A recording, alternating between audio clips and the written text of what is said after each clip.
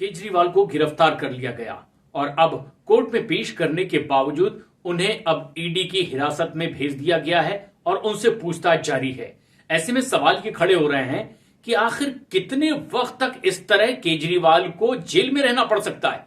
दिल्ली के मुख्यमंत्री जेल चले गए हैं और ऐसा शायद पहली बार हुआ है जब ईडी ने किसी मुख्यमंत्री को इस तरह से गिरफ्तार किया है और अब कोर्ट में पेश किया गया और उनकी रिमांड ले ली है। दरअसल केजरीवाल को ईडी ने prevention of money laundering act के तहत गिरफ्तार किया है। अगर हम ये पहले समझ लें कि PMLA prevention of money laundering act यानी कि धन शोधन निवारण अधिनियम है क्या, तो हम इससे अंदाजा लगा पाएंगे कि केजरीवाल की ये जेल यात्रा कितनी लंबी हो सकती है। सबसे पहले समझते हैं कि आखिर ये कानून दरअसल क्या है। अलग अलग तरह के अपराध होते हैं, उनमें से आर्थिक अपराध भी है। एक ऐसा तरह का क्राइम जिसमें कोई खून खराबा तो नहीं दिखता लेकिन गंभीर अपराध होता है और ये एक तरह का आर्थिक अपराध होता है। और इस तरह की आर्थिक अनियमितता और आर्थिक अपराध करने वाले मामलों में जांच पड़ताल करती है, तफ्तीश बढ़ाती है संस्था ईडी, इन्फोर्समेंट डायरेक्टरेट, प्रवर्तन निदेशालय। और इसी ईडी ने अरविंद केजरीवाल को गिरफ्तार किया। दरअसल 9 दफा समन्स भी केजरीवाल को जारी किया गया था ईडी की ओर से। आरोप यह लग रहा था कि दिल्ली सरकार ने, मुख्यमंत्री केजरीवाल की सरकार ने शराब नीति बनाई और इसमें एक बड़ा घोटाला हुआ।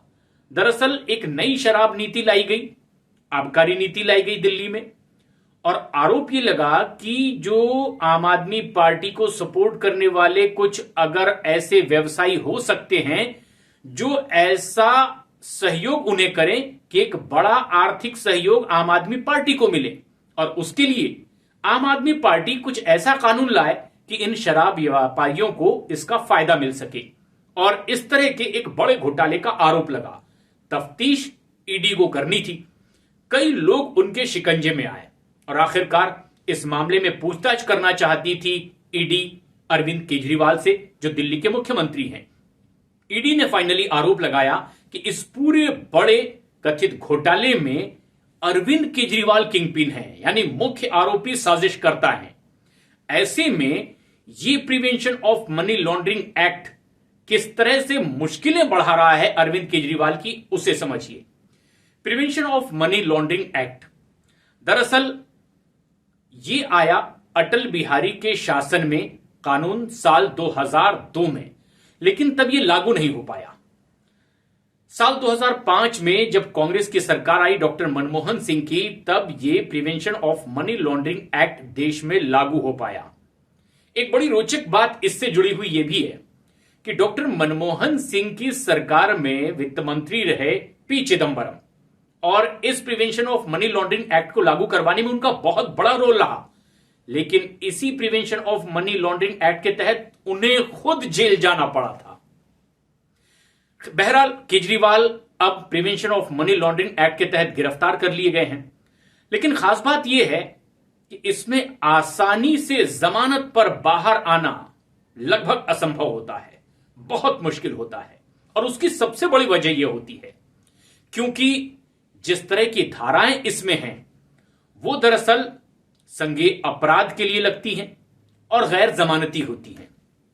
अब अगर हम संज्ञेय अपराध को समझना चाहें तो दरअसल उस तरह का अपराध जिसमें कि बगैर वारंट के ही ठिकानों पर दबिश दी जा सकती है, छापेमारी की जा सकती है, जांच पड़ताल की जा सकती है, गिरफ्तारी की जा सकती है, यहां तक कि संपत्ति की कुर्की तक की जा सकती है, और इसके लिए वारंट की भी जरूरत नहीं। कुछ इतने ताकतवर नियम, कानून, कायदे हैं इस prevention of money laundering act के तहत, और इसी कानून के तहत यह गिरफ्तारी हुई है। दूसरी बात कि यह गैर जमानती भी है, यानी आसानी से इसमें जमानत भी नहीं मिलती है। Prevention of money laundering act की धारा 45 दो सख्त शर्तें हैं जिसकी वजह से माना जा रहा है कि अगर ईडी ने गिरफ्तार कर लिया, कार्रवाई आगे बढ़ाई, तो उसके शिकंजे से बचना, जमानत पर जल्द रिहा हो जाना बहुत मुश्किल होता है। दरअसल जिस पर आरोप लगते हैं उसे ही यह साबित करना होता है कि वो निर्दोष है और जब तक वो ये ऐसा नहीं कर पाएगा उसे छुटकारा मिलना बहुत मुश्किल होता है, जमानत मिलना बहुत मुश्किल होता है और तब तक वो लगातार इस तफ्तीश का हिस्सा रहेगा और कस्टडी में रहेगा। और ऐसा ही अतीत में देखा भी गया, कई बड़े नेता इसी prevention of money laundering act के तहत लंबी जेल यात्रा कर चुके हैं। केजरीवाल की ही बात करें तो उनकी ही सरकार के, उनकी ही पार्टी के कई नेता इसी एक्ट के तहत जेल जा चुके हैं। सत्येंद्र जैन केजरीवाल सरकार में ही स्वास्थ्य मंत्री रहे, उन पर भी इसी तरह की आर्थिक अनियमितता का, आर्थिक अपराध का आरोप लगा और इसी के तहत वो जेल चले गए। और भी कुछ नाम रहे, यहां तक कि केजरीवाल के खुद अपने साथी उप मुख्यमंत्री भी मनीष सिसोदिया इसी एक्ट के तहत जेल गए। संजय सिंह जो कि आम आदमी पार्टी के सांसद हैं, उन पर भी इसी कानून के तहत कार्रवाई हुई और जेल चले गए। शराब नीति में घोटाला, और ऐसे में ना सिर्फ आम आदमी पार्टी के नेता बल्कि कई लोग इस दायरे में आते चले गए। Prevention of money laundering act यानी कि एक ऐसे निवारण का कानून जिसमें मनी लॉन्ड्रिंग की आशंका है। मनी लॉन्ड्रिंग, धन शोधन। मनी लॉन्ड्रिंग से ही इस कानून को भी हम समझ सकते हैं। इसके मूल में है मनी लॉन्ड्रिंग का अपराध। लॉन्ड्रिंग तो हम आमतौर पर समझते हैं, जैसे लॉन्ड्री में कपड़े धुलते हैं, साफ हो जाते हैं। मनी लॉन्ड्रिंग यानी कि वो काला पैसा जो गलत तरीके से अपराध के रास्ते से तैयार हुआ लेकिन उसकी सफाई हो जाए, लॉन्ड्रिंग हो जाए और सफेद कर लिया जाए।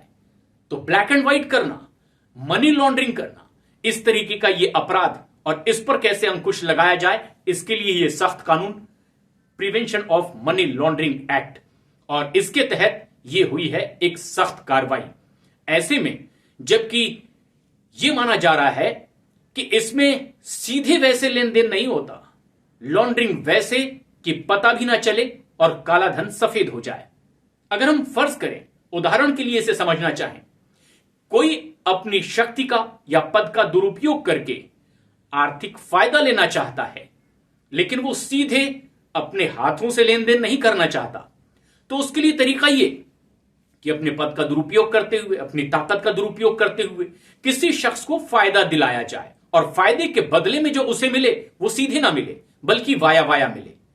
उदाहरण के तौर पर अगर किसी को हमने फायदा पहुंचाया और उससे कोई आर्थिक मदद या फायदा सीधे नहीं लिया, फर्ज कीजिए किसी ने मकान बनवाया किसी और के लिए और वहां जिसे हमने फायदा पहुंचाया है उसके जरिए सीमेंट, लोहा, ईंट ये पहुंचा दिया जाए, तो मकान तो बन जाएगा लेकिन पैसा उसमें सीधे तौर पर इसका नहीं लगेगा, वो पैसा किसी और का आया और वो पैसा उसने इसीलिए लगाया क्योंकि उसे किसी शख्स ने इनडायरेक्टली फायदा पहुंचाया था और पैसा घूम करके जो अपराध के जरिए हासिल किया गया, लॉन्ड्रिंग के जरिए वाइट कर लिया गया, संपत्ति खड़ी कर ली गई।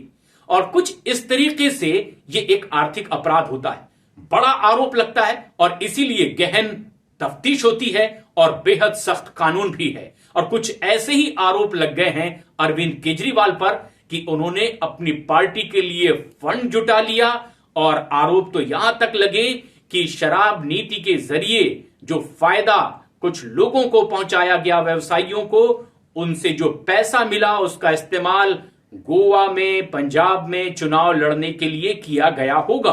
तमाम तरह के आरोप और उस शिकंजे में घिरे अरविंद केजरीवाल, और यह है prevention of money laundering act जिसके शिकंजे में है केजरीवाल, और वो आखिर किस तरह से बेगुनाह हैं अब यह साबित करने की जिम्मेदारी भी उनकी होगी। उससे पहले उन्हें राहत मिलने के कोई आसार नहीं।